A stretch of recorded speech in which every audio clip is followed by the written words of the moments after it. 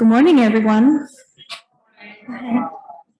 Phones. Please, I gotta remember my phone. you please put your phones in worship mode. Worship mode, okay. And then join me in singing today's opening song, which is Bright Morning Stars, number 357, and the words are on the screen. Bright morning stars are rising, bright morning stars are rising, bright morning stars are rising, day is a breaking in my soul. Oh, where are our dear mothers? Oh, where are our dear mothers? Oh, where are our dear mothers? Day is a breaking in my soul. They are sowing seeds of gladness. They are sowing seeds of gladness. They are sowing seeds of gladness. Day is a breaking in my soul. Oh, where are our dear fathers? Oh, where are our dear fathers? Oh, where are our dear fathers? Day is a breaking in my soul. They are in the fields of plowing. They are in the fields of plowing. They are in the fields of plowing. Day is a breaking in my soul. Good morning. Welcome to the Unitarian Universalist Church of Las Cruces on this warm June day. By the way, since you're singing with your masks on, that's good. We're keeping the windows closed to keep the cool in. Otherwise, it evaporates. You may have noticed that. By the way, I thought it was going to rain this morning. Did you see the clouds? So I stood outside by my garage and I was cheering it on, and nothing happened. And I think it's because the newspaper was covered with plastic. And when the newspaper does that, you realize that spoils it. Normally, the newspaper just throws it on or the newspaper person throws it on the driveway, and then it gets wet, and then you never mind. Anyway, it's nice to see you all. I'm Charlie Scholz, your service associate today. Haney Pearson is our service leader. Gillian Leng is going to be our guest speaker. Cathy Cox is our song leader today. You've heard her already with her beautiful voice. And Mark Sukontarak is accompanying her on guitar. We also have a video this morning, A Time for All Ages, that Kelly Ingram, our Director of Religious Education, gave us or picked out for us. And I also want to mention that Elwin Munn is on camera, and Adam Huerta is our Zoom operator, and they're also helping us with the service to present it to the crowd here and also to our Zoom followers. So we're all happy that you're here. Unitarian Universalism has no code or dogma. We like to call ourselves a covenant-based church, and we'll be reciting our covenant in a few minutes. And we agreed to live in relationship with each other according to the Unitarian Universalist principles and our congregation's covenant of right relations. We embrace diversity in all its forms. Everyone is welcome here. Now, if you need more information about our church, you can contact us at UUCLC.org. If you're visiting today, we'd like to meet you. If you are in the sanctuary, I'll bring the microphone to you and ask you to tell us who you are and where you're from. And if you're on Zoom, you can indicate that by turning on your mic and camera, and the Zoom people will pick you up, and then we'll greet you that way. Do we have any visitors this morning? Somebody is pointing to someone. And they're pointing. Oh, and there's a hand. I see it. Good. Let me join you. We're on, aren't we? Yes, we are.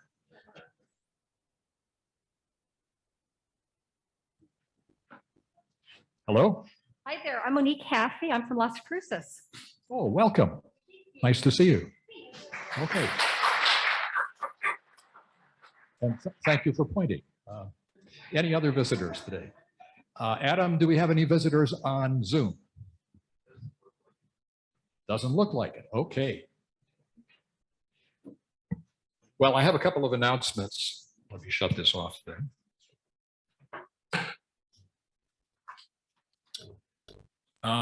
Three announcements, actually. The first one is from the Multicultural Awareness Group, which is meeting this afternoon at 3:30 on Zoom.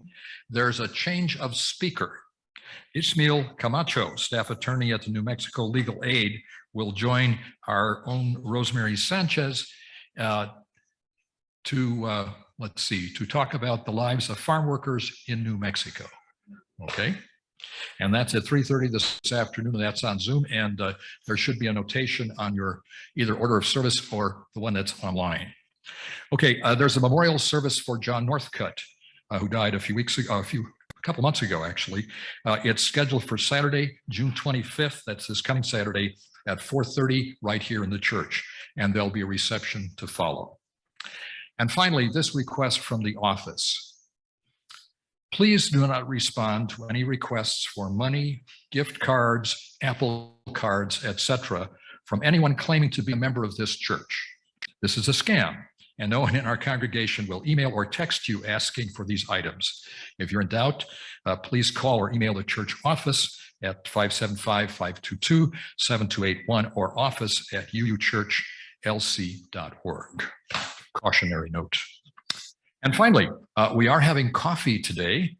I'm not sure how much coffee you really want in this weather, but we're having it outside after the service. And we ask that you join us for coffee and conversation. Thank you. Good morning, church. Good morning.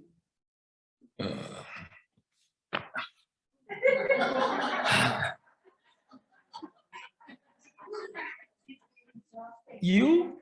Okay. Today's opening words were written by Lorraine Bartorf McNeil. Today is Father's Day, a day in which we honor and offer gratitude for our fathers in whatever form or fashion they come into our lives. Biological fathers, stepfathers, adoptive and foster fathers, grandfathers, spiritual fathers, and all of the uncles, brothers, and friends who, whether they know it or not, have helped to fill the role of father in someone's life.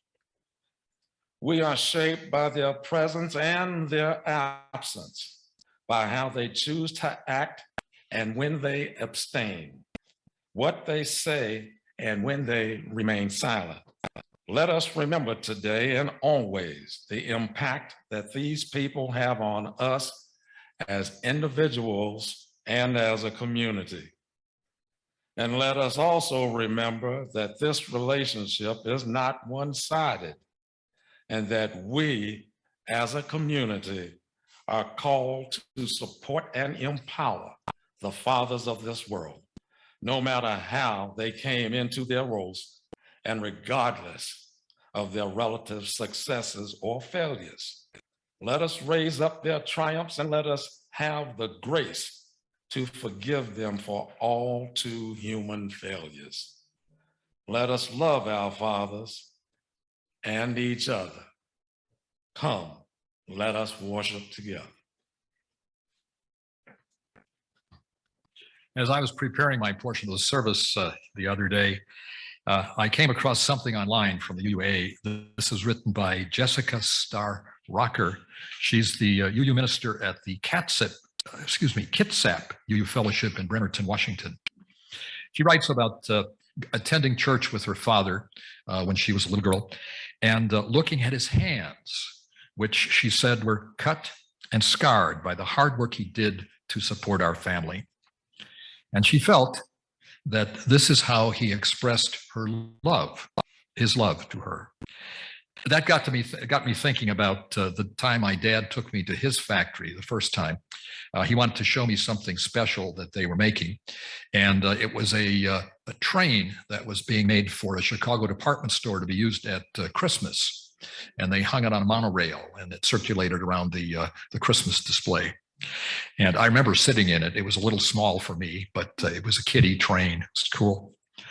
But what was more interesting about the shop was all the machines that were there that were used to cut metal and shape metal and weld. You know, my dad was in charge of the welding department, and it was really exciting to see that. But the interesting thing was I didn't look at my dad's hands. Well, that's funny because of course he worked with his hands. And in fact, I remember him telling me that when he handled sheet metal, he always worked with gloves to protect his hands. So today, we're going to light the chalice in honor of, today we're dedicating the lighting of this chalice to the honor of the hands of our fathers, who through their hard work set examples for us to follow, and though many may not have been able to express it, showed us their love.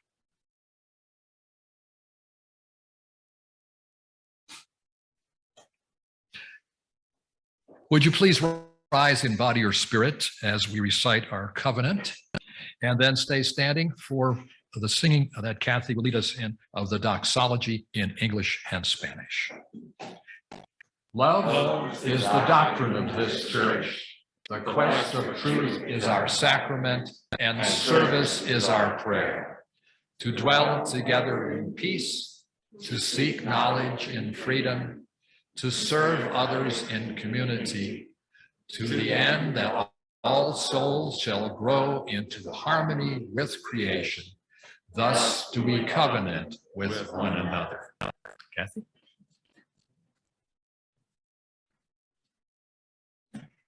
From all that dwell below the skies, let songs of hope and faith arise. Let peace, goodwill on earth be sung, through every land, by every tongue. De todos bajo el gran sol, surja esperanza, fe y amor. Verdad, belleza en la canción de cada tierra, cada voz. You may be seated.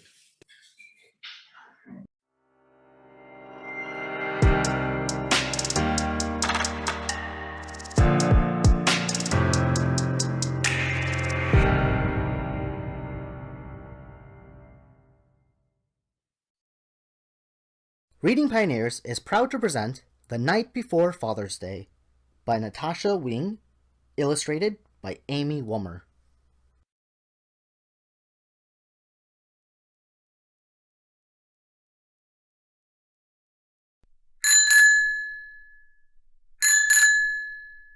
"'Twas the night before Father's Day, and while Dad rode his bike, we raced to the garage, Mom, me, and Mike. We tossed tons of junk. Mom picked up stray nails.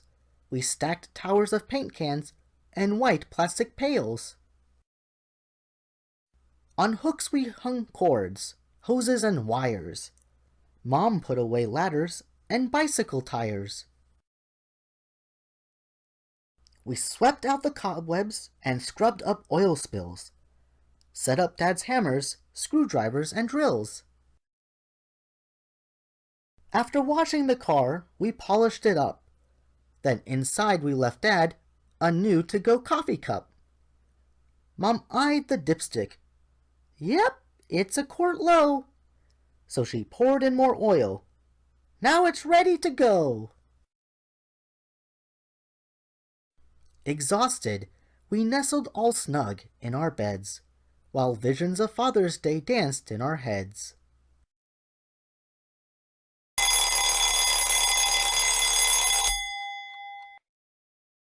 The next morning, we let Dad sleep in extra late, then served him bacon and eggs on a He-Man sized plate.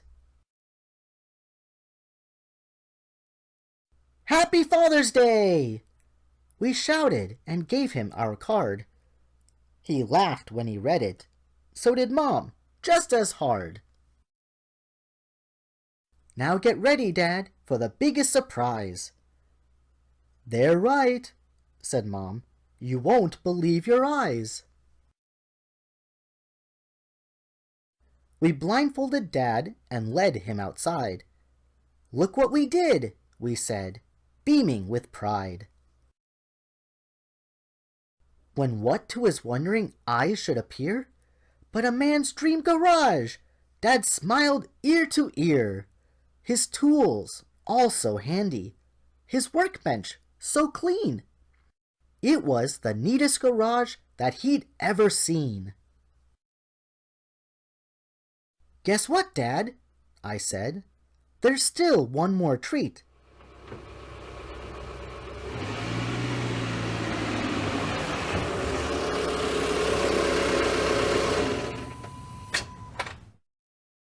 Right on cue, Mom backed his car out onto the street. Wow! Dad exclaimed. Look at that shine! Who'd ever guess that this car's really mine? Hop in, he said. So we all piled inside. We're going for a long Sunday ride. Dad honked the horn twice as we all drove away. Thank you, he said, for the best Father's Day. Thank you, readers, for joining us today to the story The Night Before Father's Day. I love the rhyming in this story and the different things that the family did to celebrate Father's Day. If you like this video, click the thumbs up button to help support this channel, and share this video with any father that you know for Father's Day. If you like this book as much as I did, here are some other books that I think you'll enjoy from our growing library.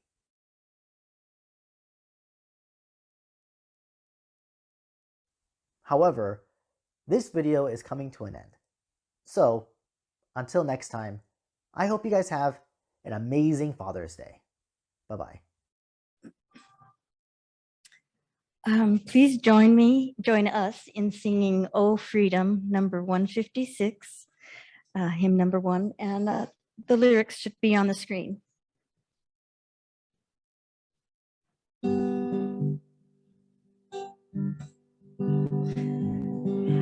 Oh, freedom. Oh, freedom. Oh, freedom over me. And before I be a slave, I'll be buried in my grave and go home to my Lord and be free. No more moaning, no more moaning, no more moaning over me. And before I be a slave, I'll be buried in my grave and go home to my Lord and be free. They'll be singing, they'll be singing, they'll be singing over me, and before I be a slave, I'll be buried in my grave and go home to my Lord and be free, and be free.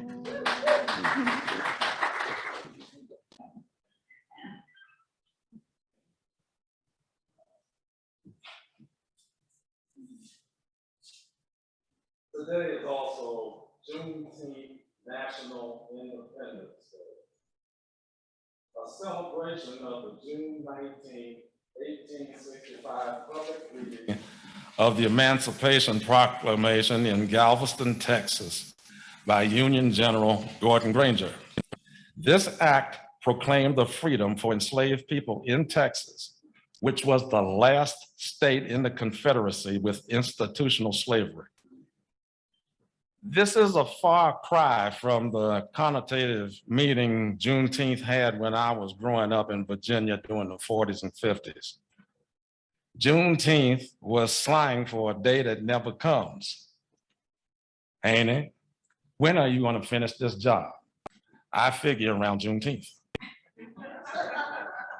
I did not find its actual meaning until I met some Black Texas cowboys in Air Force basic training, and they explained no one can get a Black Texan to work on June 19th for love nor money. As Juneteenth celebrations started to expand, I questioned why non-Texas Blacks took to it. Why not celebrate the effective date of the proclamation, January 1st, 1863? The 13th Amendment reads, quote, neither slavery nor involuntary servitude except as a punishment for crime whereof the party shall have been duly convicted shall exist within the United States or any place subject to their jurisdiction, unquote. This is what ended the argument about whether slavery was legal in the United States. It passed the Senate April 8th, 1864, but faltered in the House of Representatives as Democrats refused to support it in an election year.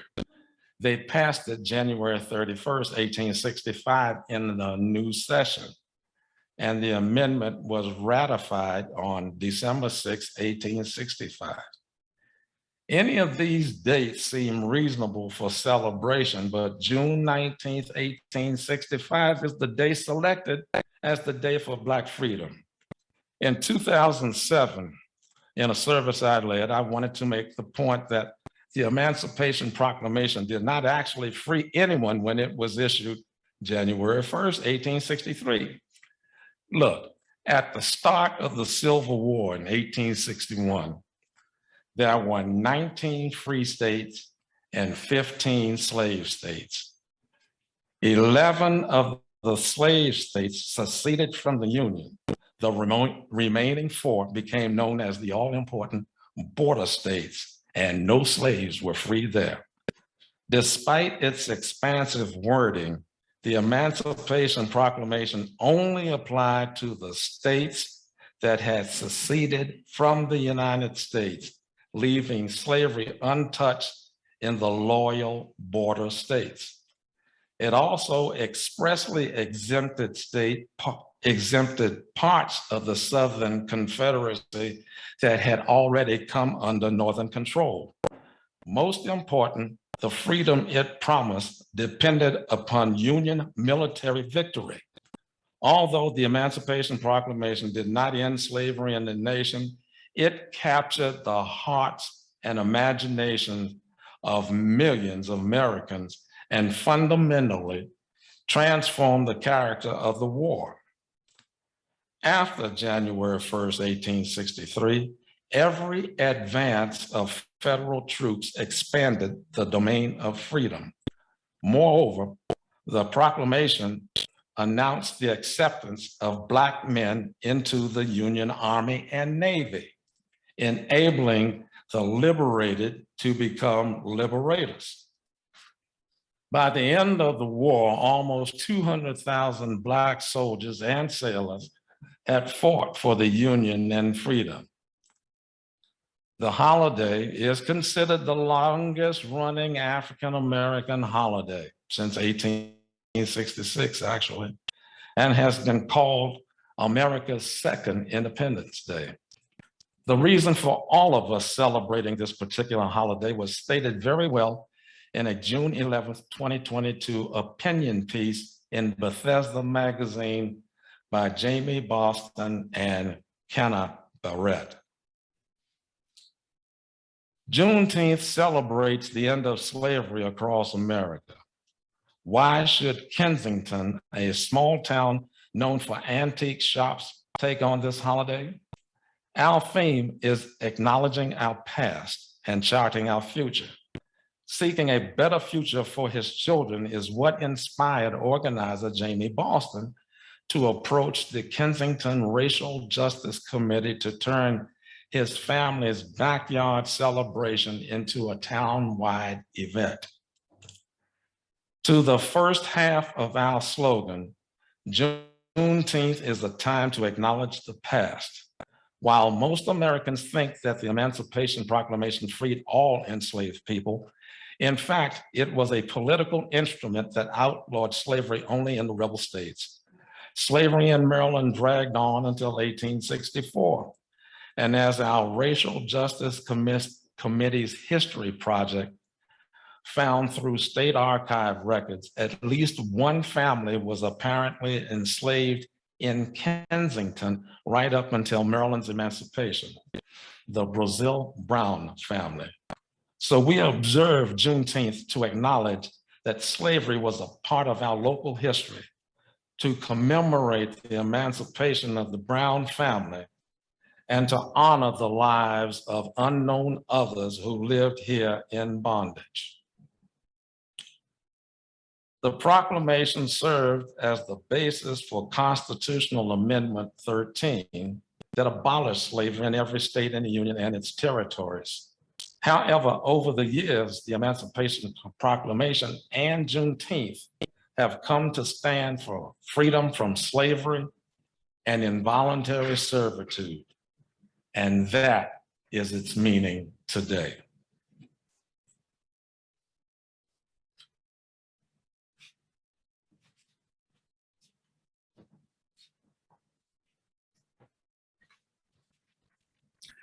One of the ways we express our care for each other is through the sharing of joys and sorrows.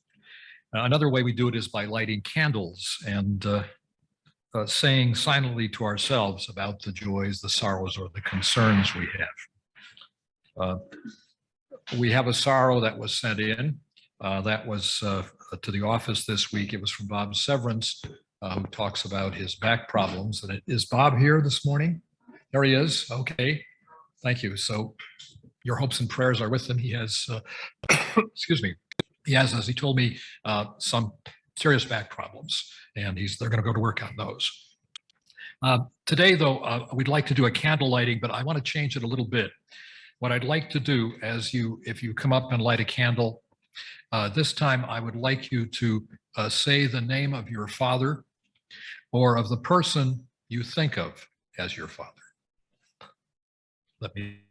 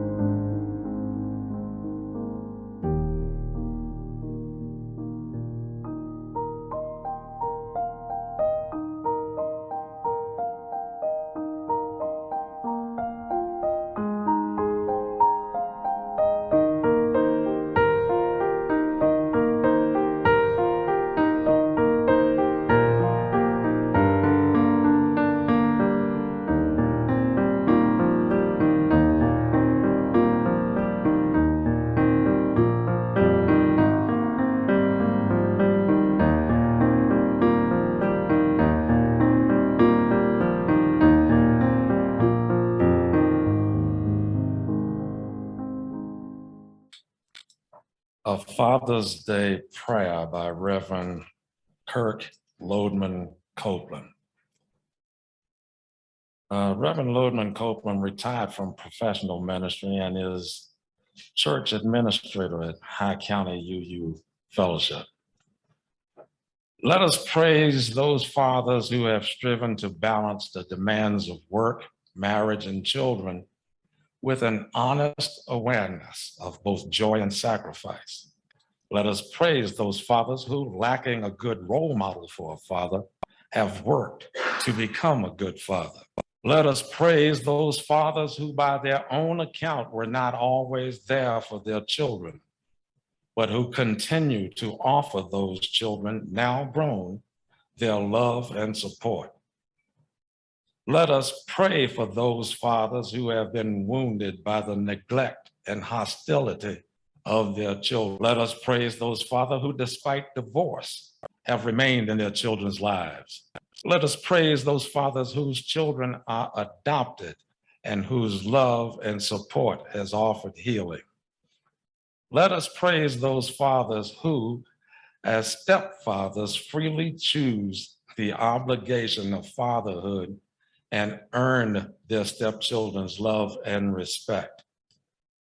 Let us praise those fathers who have lost a child to death and continue to hold the child in their heart. Let us praise those men who have no children, but cherish the next generation as if they were their own. Let us praise those men who have fathered us in their role as mentors and guides. Let us praise those men who are about to become fathers. May they openly delight in their children. And let us praise those fathers who have died, but live on in our memory and whose love continues to nurture us.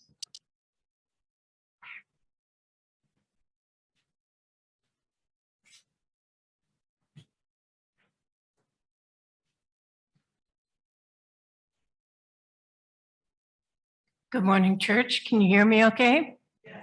Okay. I'm Gillian Leng. I'm a member of this church and have been for about 6 or 7 years, but I've been a UU all my life. And the reason that I'm one is because my dad was. And he was very formative in my youth, and his example still shines before me. I'd like to tell you a little bit about him. It's hard to speak of anybody's life in just a few minutes, but especially a life of purpose, service, and deep commitment. I don't want to make my father sound boring or stuffy, because he was none of those things. But he was quiet, humble, brave, focused, and absolutely brilliant.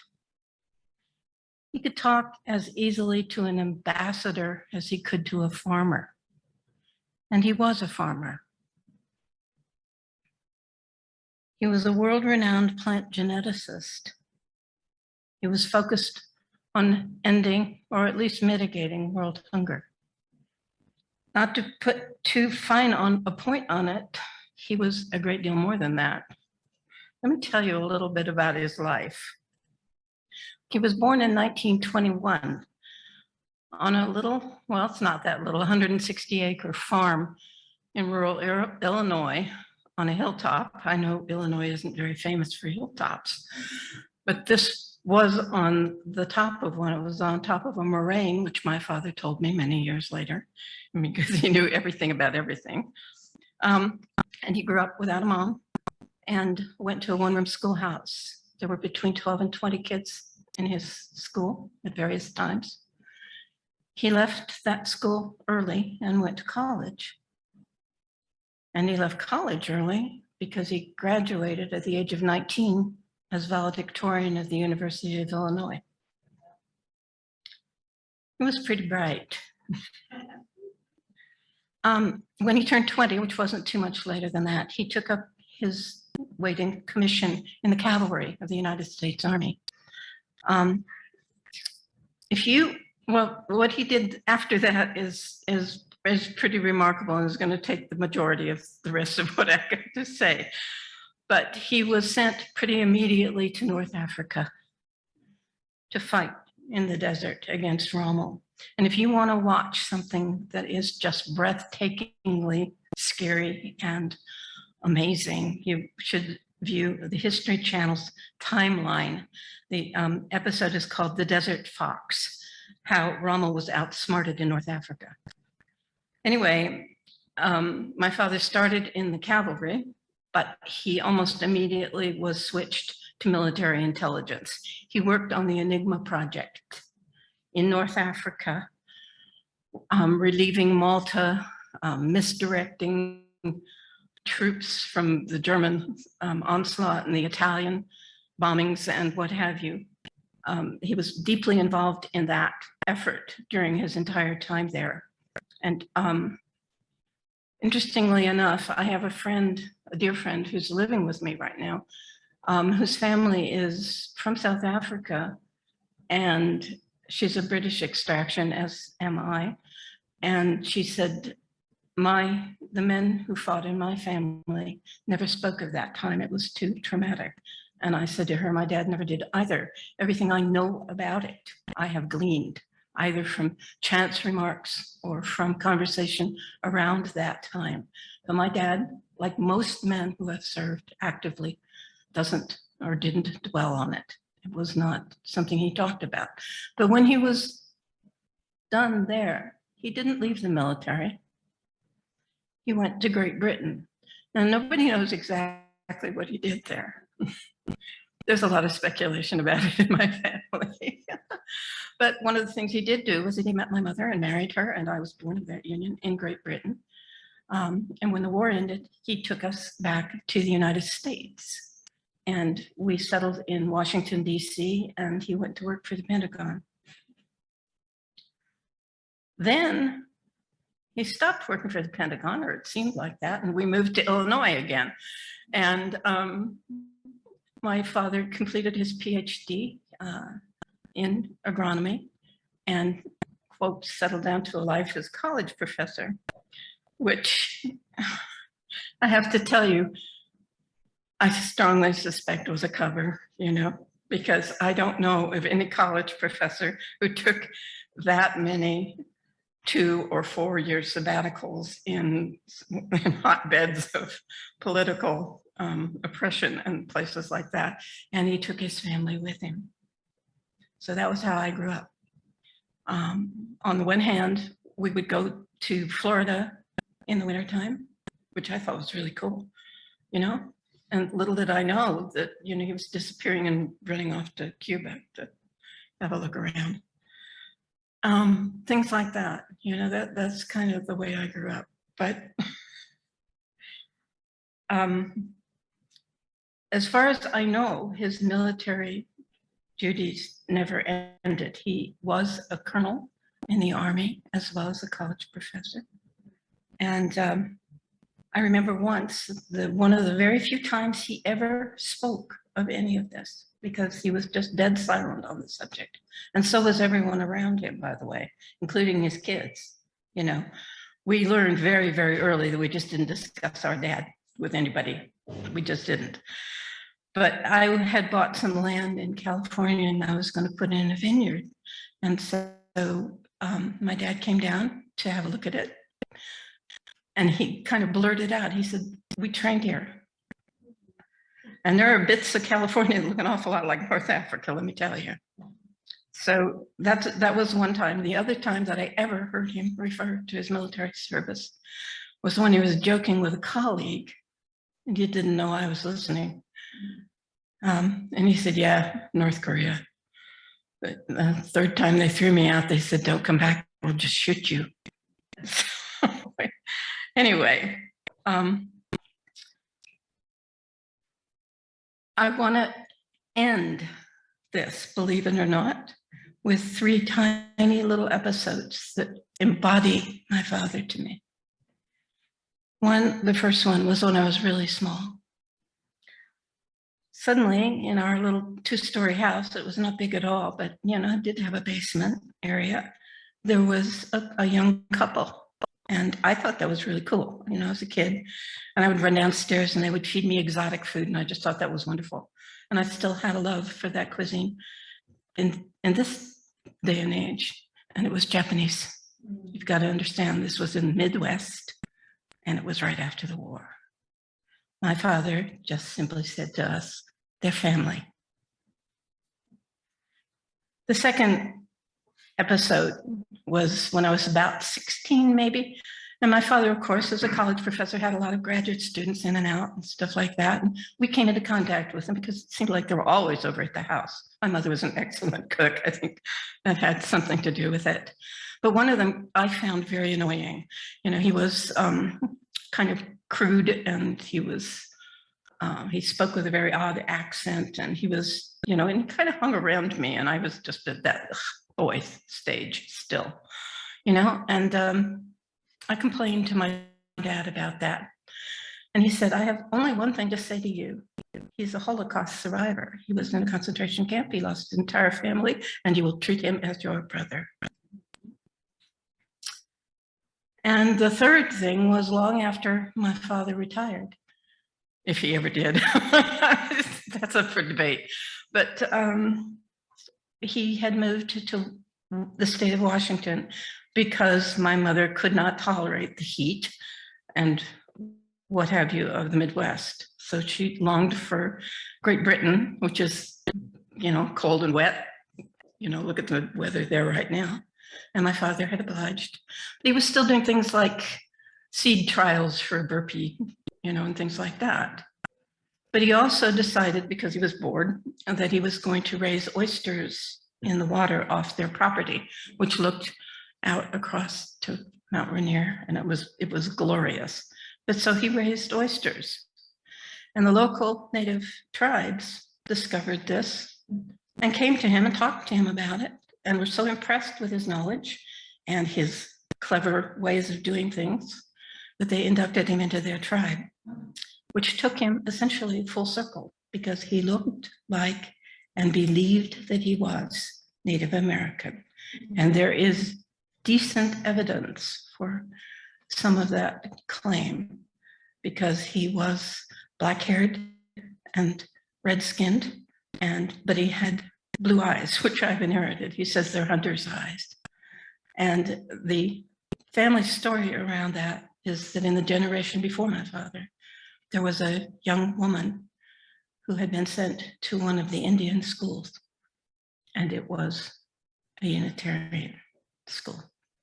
So I don't know, life has a way of finding you and shaking you up. And I think I had the best father in the world. Thank you very much.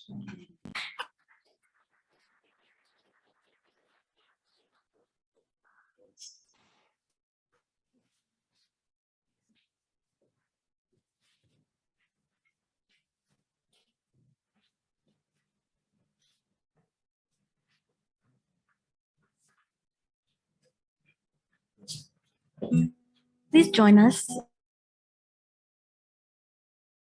in singing the second hymn, number 151, We Are. The words should be on the screen.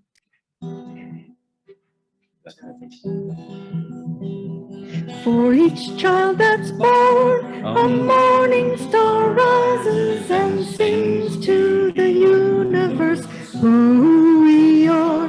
For each child that's born, a morning star rises and sings to the universe who we are. We are our grandmother's prayers, and we are our grandfather's dreamings. We are the birth of our ancestors. We are the Spirit of God. We are mothers of courage and fathers of time. We are daughters of dust and the sons of great visions. We're sisters of mercy and brothers of love. We are lovers of life and the builders of nations. We're seekers of truth and keepers of faith. We are makers of peace and the wisdom of age.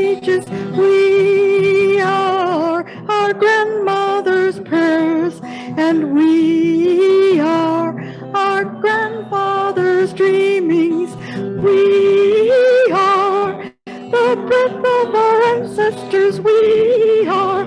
The Spirit of God we are, mothers of courage and fathers of time. We are daughters of dust and the sons of great visions. We're sisters of mercy and brothers of love. We are lovers of life and the builders of nations. We're seekers of truth and keepers of faith. We are makers of peace and the wisdom of ages. We are our grandmother's prayers, and we are our grandfather's dreamings. We are the birth of our ancestors. We are the Spirit of God.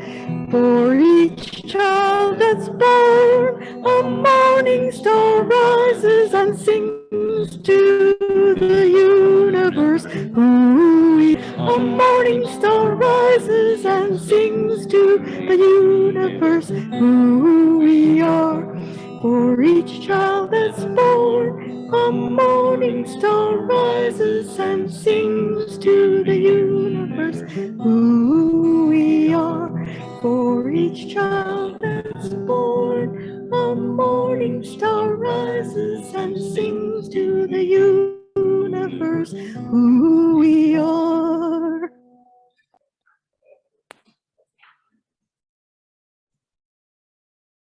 I've been a father for almost 55 years and grandfather for about 9. But in the absence of my children, sometimes how difficult to think of myself as a father. Fathers are people who are older than me.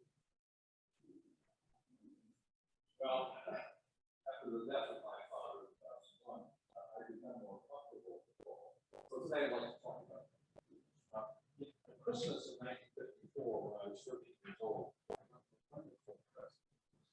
soccer matches. A big red toolbox with a lift-out tray and 2 slide-out drawers for smaller tools. My dad had bought this socket set for me, but he made the toolbox. He used to work for the company that made the old snap-on hip roof toolboxes. And so what he did was take the dimensions off the box he owned and bend the metal and weld it together. And then he had the paint shop at the factory where he worked, sprayed it in red enamel and baked it in the oven. And then they took the trays that he had made, the slide out drawers and lift out tray, and sprayed that in gray enamel and baked that in the oven.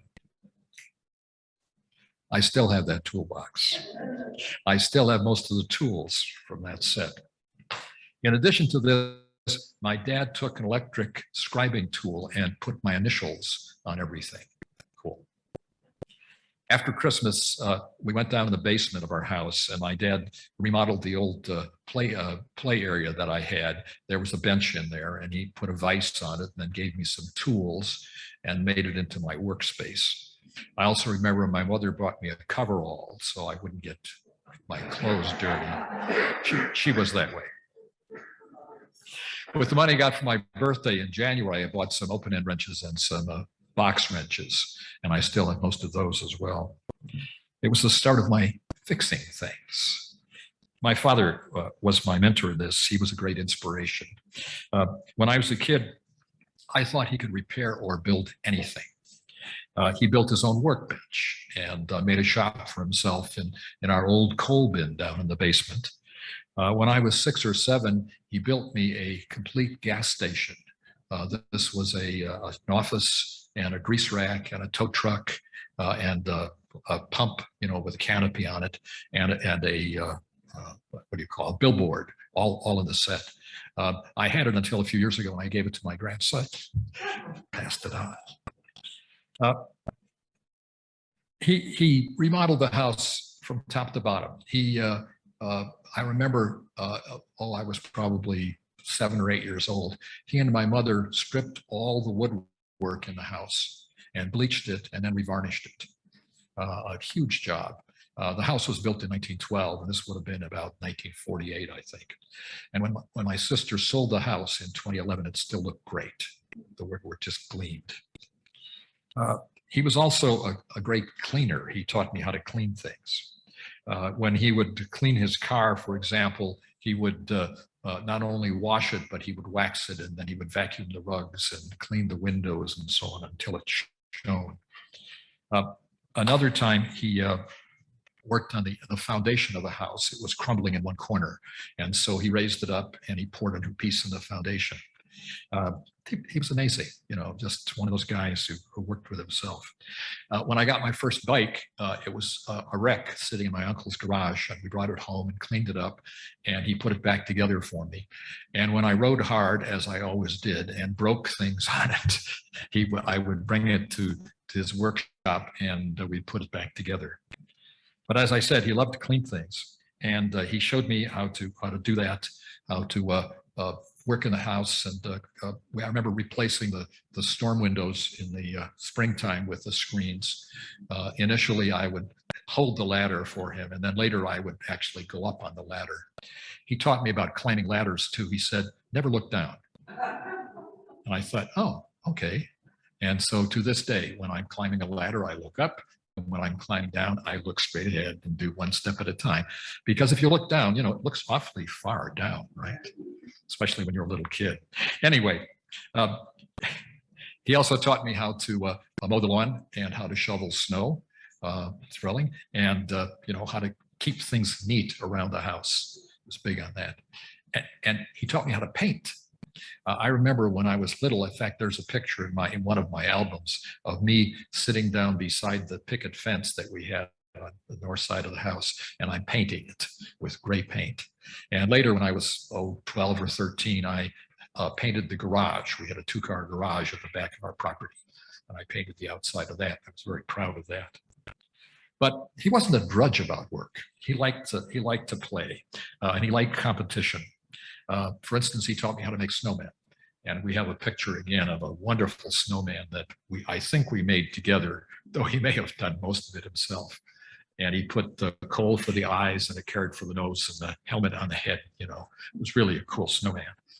And he also taught me how to slide on the ice, which I enjoy to this day, even though we don't have ice around here now. He liked to run. He wasn't a real athlete, but he enjoyed running. And so he taught me how to run. And he encouraged me to play baseball and basketball, even though he was really unfamiliar with those things. From him, I also learned about games, Chinese checkers and Monopoly and what else? Scrabble. He loved to play those things. And in fact, every year at Christmas, he would usually bring a new game home. And once he brought home a little, like a pinball set, only it was with marbles, and you'd put the marbles in and you'd hit the spring, pull it back, and then shoot them around and try to get particular scores and so on. My sister and I played that until we wore it out. From my father, I get my sense of humor. You may have enjoyed that or not. From my appreciation of the artistic, he was a great primitive artist. He could sketch, he could draw, he could work in metal, so he really was a sculptor, if you think of that. And he also taught me about, with his factory, he taught me about the production process and about time and motion study, things I used in my life, and they're just, really interesting things. So he really taught me about working and living.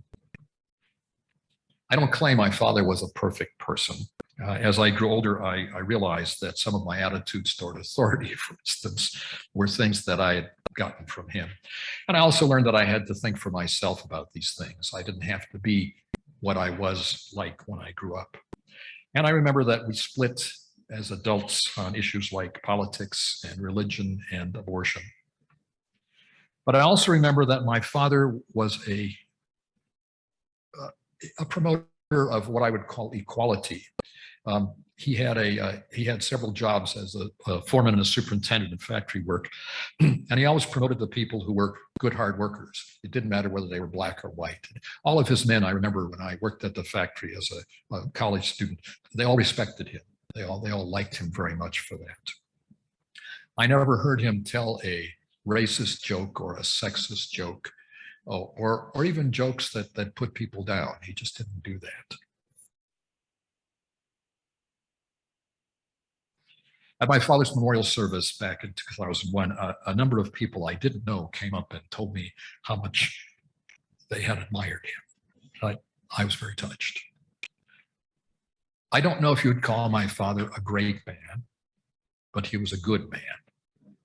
He was honest and decent and believed very strongly that when he died, he was going to heaven.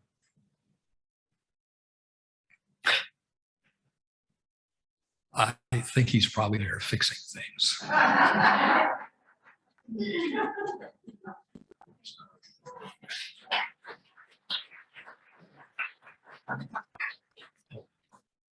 Everyone comes into the father situation with a different set of experiences.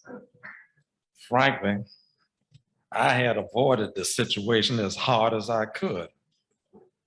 I was here in New Mexico when my two oldest nephews, Tracy and Tony, were born. And only a mumbling fool would have trusted me with a baby at that time.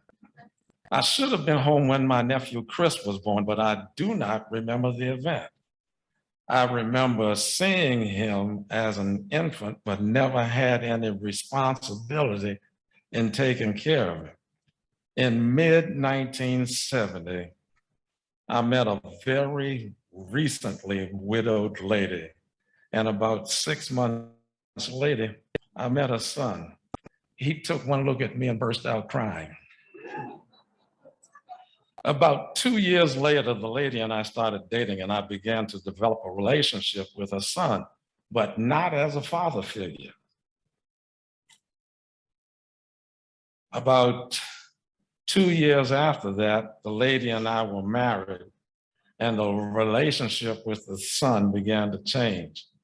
I went from cherished friend or toy, I'm not sure which. Anyway, I was now an interloper and had to negotiate my way carefully. As with any couple trying to rear children, one has to beware of how they are trying to play one against the other. We got through this, but a couple of years later, we had a baby, and absolutely nothing I had experienced with a 3 to 7 year old had prepared me for that mess. My mother-in-law talked about my beautiful hands, and yeah, I took care of my hands. I did not have the best game in the pool hall, but I had the best looking hands. But the things one puts his hands in for his child, there are a lot of parents here. The boys are a lot alike in many ways, but they are very different also. I have a quick story. I was telling Linda I was going to watch some of my high school cousins play basketball against one another. And Morris asked if he could go. He was 4 or 5, so sure. We get to the gym where the JV game is still going on, and don't tell Lynn, but I got him snacks. And we climb up the stands to sit with my Uncle Robert. The JV game ends, the varsity teams come out and start their layup lines. Morris finishes his snacks, stands up and says, "I'm ready to go now." It is after 8 o'clock and this child is ready for bed. His brother, on the other hand, would just be getting started at that time. The things one learns with one child do not mean a whole lot when it comes to dealing with another. People talk about treating everyone the same, but we are not treating everyone equally if we treat them all the same. That is the biggest lesson I learned as a parent. I was never good at day-to-day disciplining the kids. And I guess that goes back to early in the marriage when I was trying not to be the interloper. However, the hardest thing I ever had to do was to stop my son from playing in the woods. You see, my brother and I were permitted to roam far and wide from an early age, but times had changed. Or maybe we just became more aware of the cruel things adults did to children. It was around this time that Catherine and Sheila Lyon, preteen daughters of a local radio personality, disappeared from Wheaton Mall, Maryland, never to be seen again. We also learned of other children being kidnapped, and it scared me to think something like that could happen to my child. I don't know if I have properly addressed the topic of becoming a father, but becoming one puts fear in your heart. You are scared that you aren't qualified for the job, scared when they are sick, scared that something untoward will happen to them, scared that the world will not be a fit place to live when you are gone, scared that you have not properly prepared them for the future. And yeah, that's right. Oh, there are a number of joys along the way, but the worry is always in the back of your mind. That's what it's like to become a father.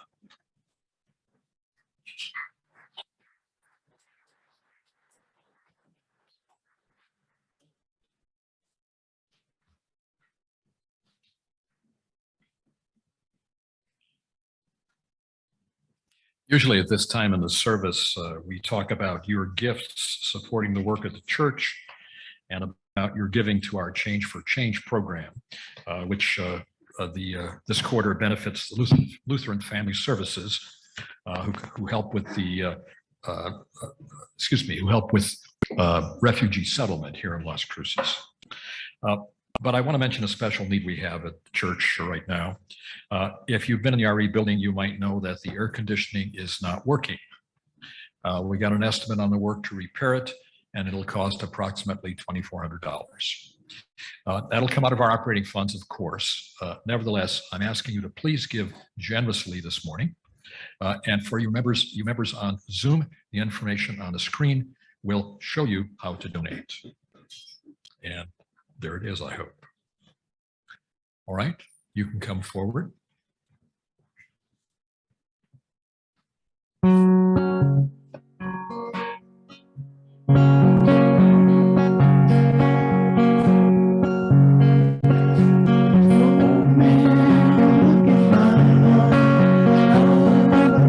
Like